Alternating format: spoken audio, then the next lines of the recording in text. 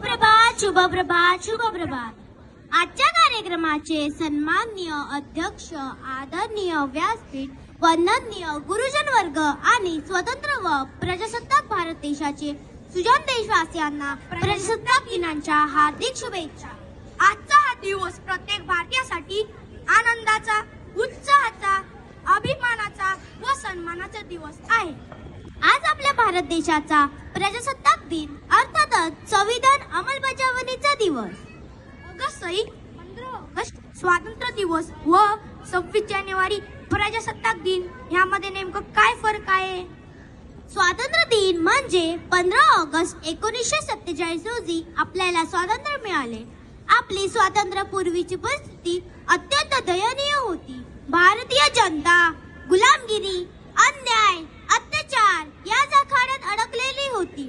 हजारो देशभक्तांचे एकच स्वप्न होते की भारताची पुढची पिढी ही स्वतंत्र देशात जन्माला यावी. त्यासाठी अनेक क्रांतीवीर, देशभक्त पुढे आले, जसे महात्मा गांधी.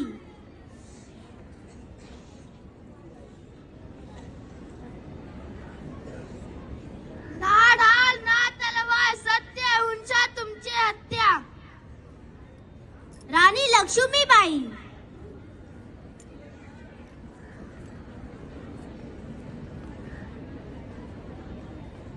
मैं अपनी झांसी नहीं दूंगी. लोकमान्य टिळक.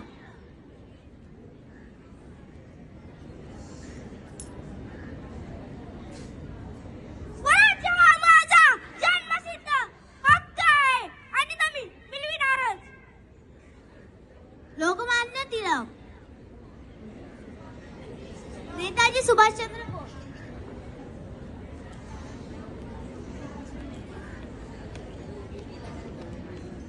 तुम मुझे खून दो, मैं तुम्हें आजादी दूंगा. या हजारो क्रांतीवीर व देशभक्तांनी आपल्या प्राणांची आहुती दिली व अखेरीस 15 ऑगस्ट 1947 रोजी भारताला स्वातंत्र्य मिळाले. हाच तो 15 ऑगस्ट भारताचा स्वातंत्र्य दिवस. 15 ऑगस्ट 1947 रोजी देशाला स्वातंत्र्य मिळाले खरे, परंतु देश व देशातील माणसं ही सैरावैरा झाली होती. विभिन्न तुकड्यात देश विभागला होता.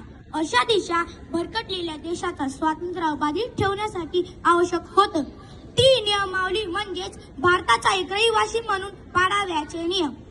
म्हणजेच मित्रांनो, एक छोटीशी संस्था चालवायची असेल तर त्या संस्थेसाठी नियम पाळावे लागतात. मग तर भारत देश हा खूप मोठा